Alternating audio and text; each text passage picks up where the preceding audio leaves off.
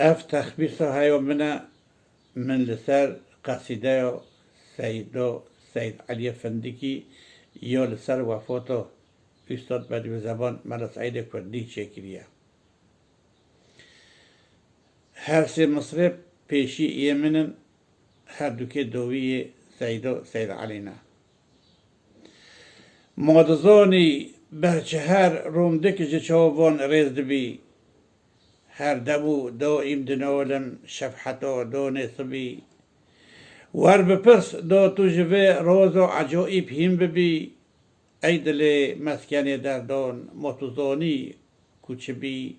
او سعید جان فداش دین مرا شکیس مبی.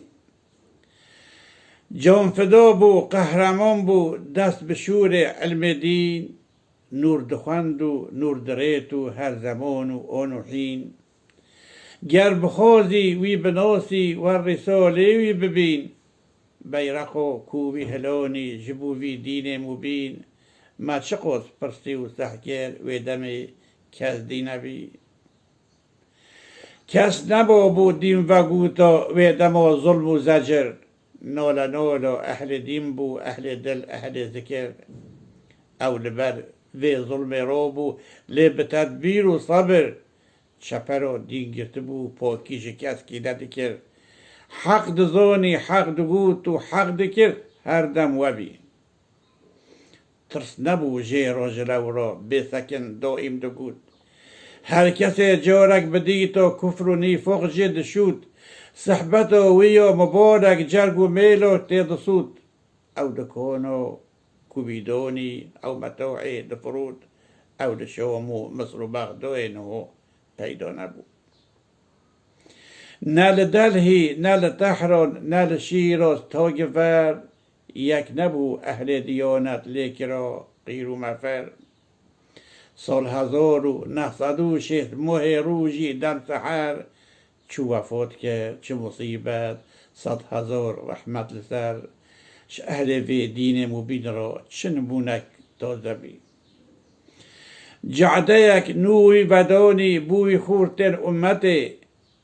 او دبارلا و امیر دا خلق دبو ناف خدمتی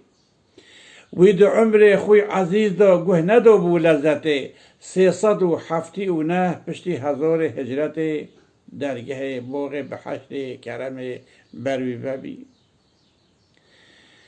ابو جهل وی زمانی ظالم حیج و بطر شانده بون آفی و بارلا قستمون و ایریدر او گلا کرده ربن بو لینهشتن اولور اول نور سه هات دنیا ویل عرفای وفات کرد او شهیر بو او بدیع بو از چه بیم سردسته بو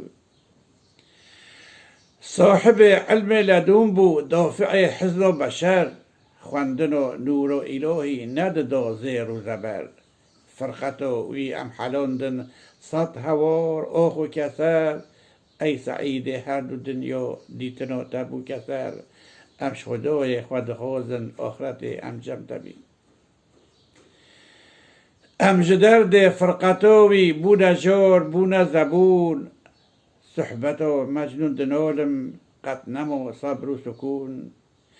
ام جدرد فرقتاوی بون جار بون زبون شبهت مجنون دنالم قد نمو صبر و سکون